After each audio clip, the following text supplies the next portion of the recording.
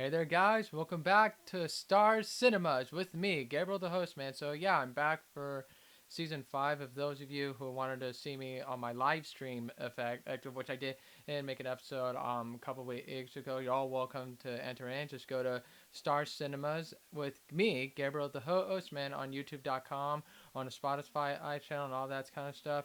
Now, I'm back here because, I did change the name of my show before. It used to be Gabriel's Flick Experience, but now it's Star Cinemas with me. But I'm the same host, man, with a new show. So I'm back here, and I want to talk about these two movies I recently saw. And believe me, I did see a few new films over the past like couple weeks or so. So I've been taking a break and all. So now I'm back. So this will probably be a double feature review, depending if I have time on editing stuff. But let me try to see if I can talk about it on this double feature if I chose to. But then again, and why not? Just make it as it is. So the double feature I saw is I recently saw the new Michael Jackson biopic, and I saw Mortal Kombat 2. So let's get right into this on this double feature review.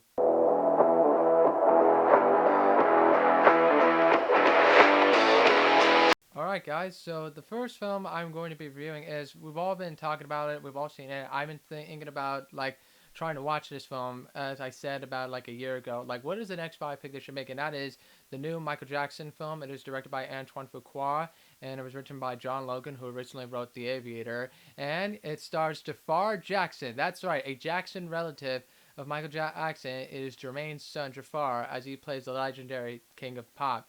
So, what did I think about this film? I thought it was fun. It felt like going to a Michael Jackson concert film with a bit of a story he had. And as we all know, as a fan of Michael Jackson, I as myself am one. We kind of already know this guy. We already knew the legend, the music, the story behind all of this stuff, even the personal stuff. He has like mentioned before, or the highs and lows of it. But for this film, it just feels like it was a bit glossy, a little safe. However, it was still very interesting in this film. And honest to God, I would rather watch the Michael film than the Bohemian Rhapsody film, because the Bohemian Rhapsody I just felt was inaccurate. This was. I know a lot of critics call this film inaccurate. However, they did get some stuff right here and there. Here, but keep in mind, this to me felt like a part one of the film. As you all know in the film, it's Michael Jackson, how he started as a career, because he's been performing since he was a kid at 7 or 8 years old. He started out with the Jackson 5 with him and his brothers touring all over, and the way he's practicing and how they've become a success, being signed with Motown, and eventually Michael Jackson eventually got signed to Epic Records when they decided to move to another record label. Michael wanted to break free from his brothers to become a solo artist, and then you watch as the film progresses as it goes, as he becomes like the legendary King of Pop as a solo artist, trying to like begin. This is more like a force-driven kind of a film that just begins as a part one of the film. Also, Coleman Domingo and Nia Long plays Catherine and Joe Jackson, but Coleman Domingo's performance, yeah, we all knew what his father was. He was completely an abusive asshole. He would literally beat him just to practice. He always felt like he had a control to this family by Michael saying, you're not going as a solo artist. You're staying with the brothers. You're staying with family. I will do what I says. And Michael is like, I could see why he and his dad did not get along. He's trying to break grip of his father, take a break from his brothers. He wants to like be free from his brothers and stuff. Not that he hates his family or anything. He loves his family, but he wants to find like his self identity and discovered roots and all. And then we get to see him record music with his very first album, Off the Wall. We get to see him the Thriller album. We get to see only like a few scenes of him recording music and all. And I thought that was very, very interesting, and it's a great tribute. You get to see some reenactment sequences, which I kind of knew he was going to do with the Motown 25 performance, which I guess we could all consider is one of the greatest his pop star like music concerts of all time. The Motown 25, where he does the famous Moonwalk, who completely changed music and pop culture history forever. We see Michael like also like going through the struggles when he did got burned from the Pepsi commercial, but he's still able to be back on top and stuff. But there's also like, I know some people keep making like whatever critics saying, oh, this is sanitized, this is crap, that didn't deep dive into the controversies, which I'm not going to get into that kind of thing, but keep in mind, this is part one. For those of you that already know the timeline, which it was in the trailers, it just starts off with the Jackson 5 era, and it just ends in the bad era around 1988 when he was performing at Wembley Stadium. I just felt like they kind of used a little bit of the a plot time space that they did in Bohemian Rhapsody from the beginning to the middle, from the uprising of the band to the complete solo and ending at Wembley Stadium. That's what I felt like it was because it's the same producer, Graham King, who did the movie for Bohemian Rhapsody and all. Except Michael wasn't like following that plot formula that Bohemian Rhapsody was. But I do wish there were some scenes where it involved more with his brothers and what they think of him. We get to see. I do also wish there was more creative music wise of Michael recording music and how he got the ideas of writing songs. Because there is some moments where he does write some songs, but there's also some comedic moments where he buys a pet chimp, which is Bubbles the chimp with a CGI chimpanzee. And I always just wonder, like, they could have just afforded a real chimpanzee, get an animal trainer involved, so it just looked funny. And Joe Jackson looked kind of like a one-dimensional, like stereotypical, evil, greedy manager involved. Because yeah, he's a bit of a douchebag in this film. And I don't know if anybody notices this or if I'm the only one. He just has like this freaking face where he just does this kind of face, like what the fuck kind of moment anytime there's like a big fu or like Michael is disobeying for him, because at one point in the film he kind of announces during the Jackson's victory tour that this is the last time they're going to be on stage, and that wasn't part of the plan at all. Joe Jackson had like a bigger deal with it, and Michael, it was kind of at the moment saying, bye Joe, oh I'm out of here, I'm out with the brothers, I'm going solo, goodbye to everyone. And we're supposed to be rooting for Michael, but I also just wish we would have seen more of like the really painful struggles that his dad would do to him. Like you said, he would abuse him physically, but it would also like make fun of him because of his nose and all. We get to see it like Michael just struggling, because keep in mind he didn't have a childhood. He was always performing all the time, and he was always obsessed with little kid stuff, like hanging with kids. And he is a really nice guy, because there's also some moments where he does visit children's hospitals and all. And I do believe that Michael, he was always a good person. He always looked out for everyone, and he was a very respectable pop artist and stuff. Now, overall, do I think the movie's so iconic? I would say it's a great tribute to Michael Jackson, but if you want to see like a very deep dive to Michael and his brothers, watch the Jackson's American Dream. And for those of you that haven't seen the miniseries from the 90s, I recommend you watch it. It's a pretty good miniseries about the whole Jackson family and how they became the rise of the Jackson superstar group that they were.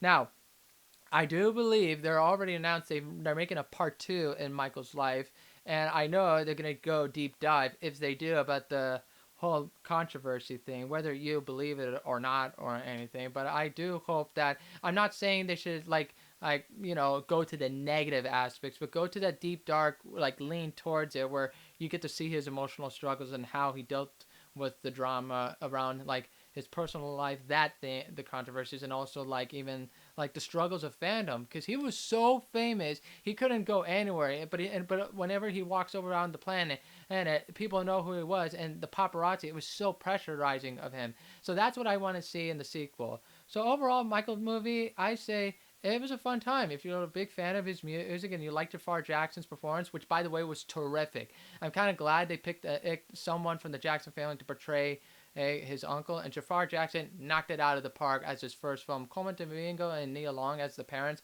they were great as well. So I'm going to give this 3.5 out of 5 G stars. So let me know. So guys, let me know what your favorite Michael Jackson like song is, or favorite album, or better yet, what did you like about the Michael film? If you're a fan of Michael Jackson, then go see if you want. And if I do have to, let me just make a quick note. If I had to give like what is my favorite Michael Jackson album or song, I would say probably his first album, Off the Wall. I mean, I think that's a very underrated album, because that album just felt like that was his fresh sound on what he wanted to do. That doesn't sound anything like the Jacksons. I recommend you listen to that album, Off the Wall, especially the title track song, Off the Wall. And I even think his last album, Invincible, was pretty good. So that would be it for the microfilm. And now let's head straight to part R2 of the double feature film.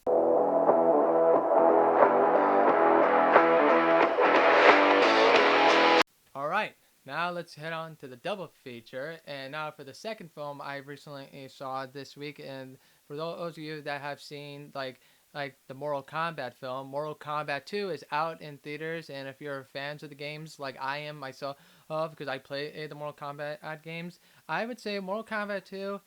It was entertaining though, but I do wish there was some more impact and like fandom to this movie. I mean, it does have like some good fan service moments here and there and stuff.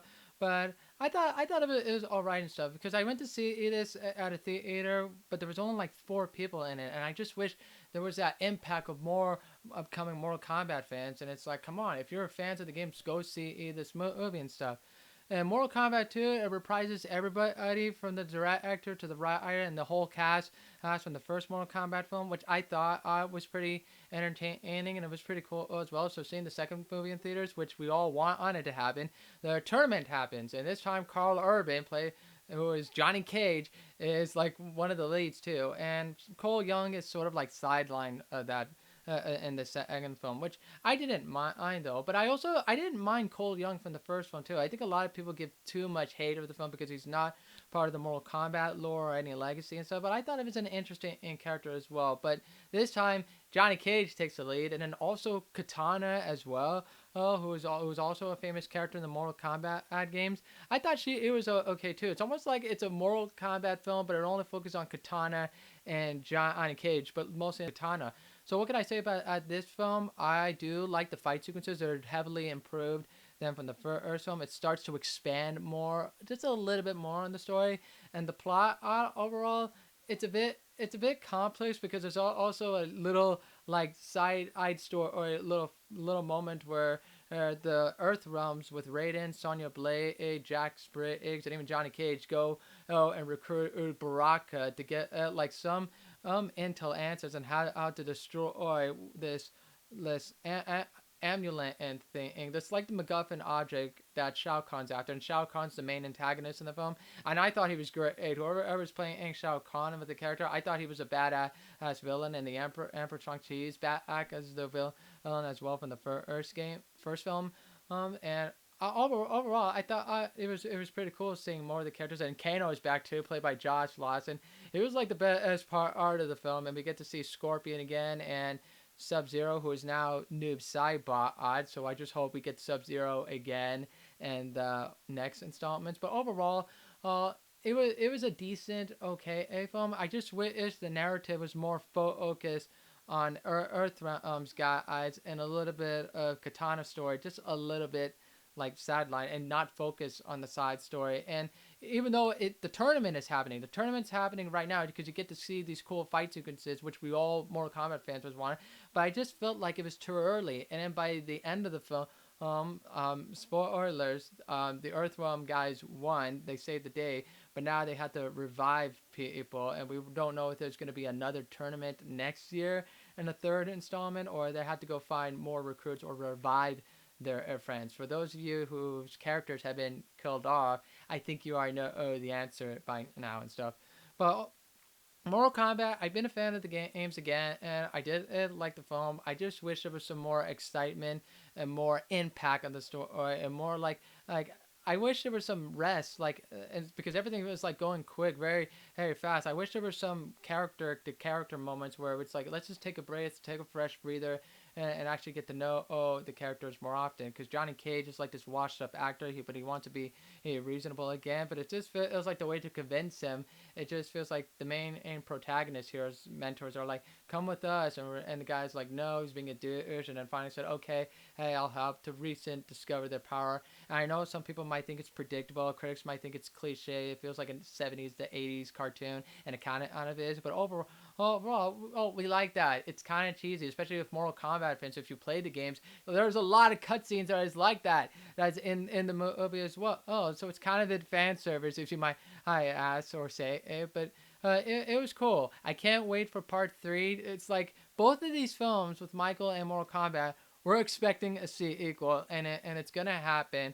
And I do wish there were some more improvements. It has improved on part 2, but I want more story-wise, character-wise, and have some good character like developments and approaches here and there. But overall, I thought it was a cool film, and I can't wait if Mortal Kombat 3 comes out.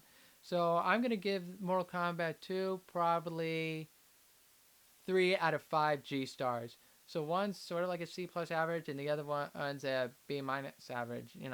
But either way, they're okay films. They're okay.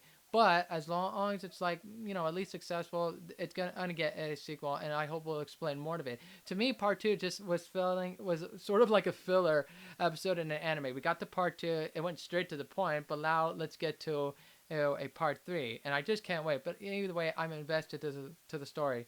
So there you guys have it. That's gonna be all for this double feature review, and I hope you guys keep following the channel on Star Cinemas with me, Gabriel the Hostman, right here on YouTube. Don't forget to follow me on Instagram, where I do some out of theater reaction reviews or any posts of the movies I've seen. That is at stars_hostman on Instagram. So be sure to follow that. I'll put the links right there below on the channel and stuff. And if you also want to listen to me like on audio digital, don't forget to follow me on Spotify, Apple Podcasts, Amazon Music. Again, still under the name of Star Cinemas. I'm on all the podcasting platforms. I'll also leave the link there. And if you want to email me for any questions or collabs, go to gflickexperience@gmail.com. You can also find the email address on my channel or on my Instagram page. And yeah, I'm still the host, man, still listening to the show. And yeah, I hope you guys are liking the films, and let me know what your comments below. So as usual, this is Gabriel the Hostman saying to you all, good night, everyone.